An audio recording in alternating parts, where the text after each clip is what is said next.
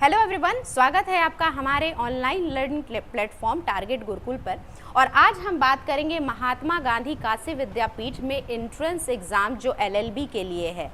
ठीक है, एलएलबी के लिए आप क्या चीज़ आपको करना है और क्या क्या सिलेबस है, ये आज इस वीडियो में हम देखेंगे और आपकी कुछ स्ट्रेटजी को डिस्कस करेंगे कि कैसे 20 से 25 दिनों में आप अपना एंट्रेंस जो है वो क्लियर कर सकते हो या अच्छे मार्क्स ला सकते हो। देखो भाई, ये एलएलबी का सिलेबस है। ओके, अब जनरल नॉलेज आती है इसमें। ठीक है, जनरल नॉलेज आती है, जनरल मैथ आता है, रीजनिंग आता है और करेंट इवेंट्स आते हैं।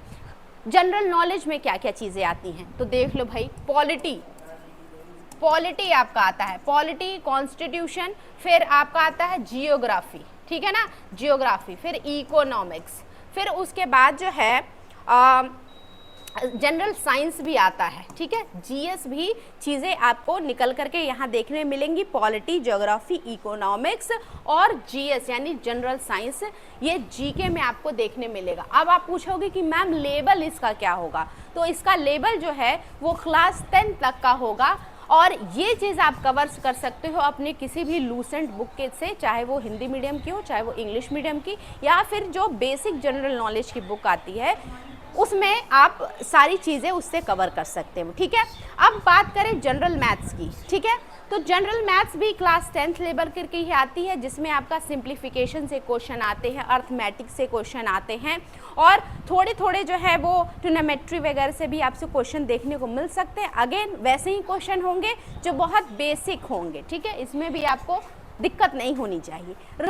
रीजनिंग के क्वेश्चन आप देखेंगे। ठीक है ना, वर्बल रीजनिंग होगा, नॉन वर्बल रीजनिंग भी, दोनों टाइप के क्वेश्चन आपको देखने मिलेंगे। जैसे क्लॉक हो गया, फिर उसका बाद आपका ये टाइम एंड डिस्टेंस से भी, अच्छा टाइम एंड डिस्टेंस जो है वो जनरल मैथ में आएंगे। ठीक है, ब्लड रिलेशन के क्वेश्चन आपके रीजनिंग में आ सकते हैं। फिर वो जो फिगर्स वाले, डायग्राम्स वाले जो क्वेश्चन आते हैं वो आपको देखने को मिलेंगे रीजनिंग में। ये भी ज़्यादा हार्ड नहीं होगा। अगर कोई भी जो जनरल रीजनिंग की बुक आती है उसको आप प्रैक्टिस कर लेते हो तो वहाँ से आपका रीजनिंग जो है वो कंप्लीट हो जाएगा। फिर आते हैं बात करंट इवेंट की। क्योंकि आप एलएलबी का एग्ज़ाम देने जा रहे हो तो इसमें करंट इवेंट का मतलब है करंट अफेयर्स, और इसमें लीगल करंट अफेयर्स भी इंक्लूड होंगे, जिसमें जो रिसेंट जजमेंट हैं या फिर रिसेंट अमेंडमेंट कौन से हैं, ये सारी चीज़ें आपको पूछी जाएंगी। तो चूँकि करंट इवेंट डाल दिया है इसमें, तो ज़्यादातर आपको करंट अफेयर्स और लीगल करंट अफेयर्स पे ध्यान देना है। ठीक है ना,